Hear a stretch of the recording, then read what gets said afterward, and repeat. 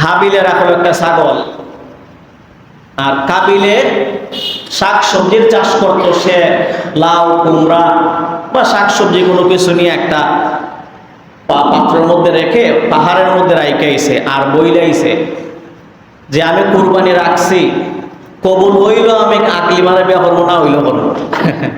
নিয়ত বেজাল আছে না নাই? আর হাবিলে কইয়াইছে যে আল্লাহ আমি এটা রাইখা গেলাম, আপনার উপর আমি ভরসা রাখলাম, আমার আপনার পক্ষ থেকে যেটা সিদ্ধান্ত আসবে সেটাই আমি মেনে নেব। সুবহানাল্লাহ। আর কাবিলে কি বলছে? মানলো আমি আছি, না মানলো আমি মিলের বিয়া করব। তো আমি শুধু বুঝাইলাম যে কাবিলের কুরবানি কবুল হয় নাই, হাবিলেরটা হয়েছে। দুইজনের উদ্দেশ্য ছিল, একজনের উদ্দেশ্য ছিল আল্লাহরে পাওয়া, আর একজনের উদ্দেশ্য ছিল আকলিমারে পাওয়া।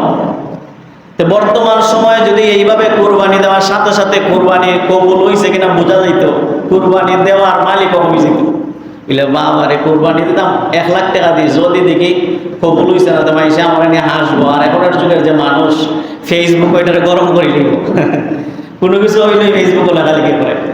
যদি খালি আমি কোরবানি দিলাম আমার কোরবানি কবুল হয় নাই, ওই দেখুন বেড়া ইমামতি করছে সারা বছর, বেড়ার কোরবানি কবুল হয়েছে না, ফেসবুকে লেখালেখি করবো। আল্লাহ উম্মতে মুহাম্মদের জন্য এত সুন্দর সিস্টেম রেখেছেন। আল্লাহ তাআলা রাসূল বলছেন যে আমার উম্মতদের জন্য এমন সিস্টেম আল্লাহ রাখছে, তার কুরবানি হয়েছে কিনা হয় নাই সেটা হাসরের ময়দানে হিসাব হবে। সুবহানাল্লাহ। আমাদের জন্য আল্লাহ ইহসান করে কি করে নাই?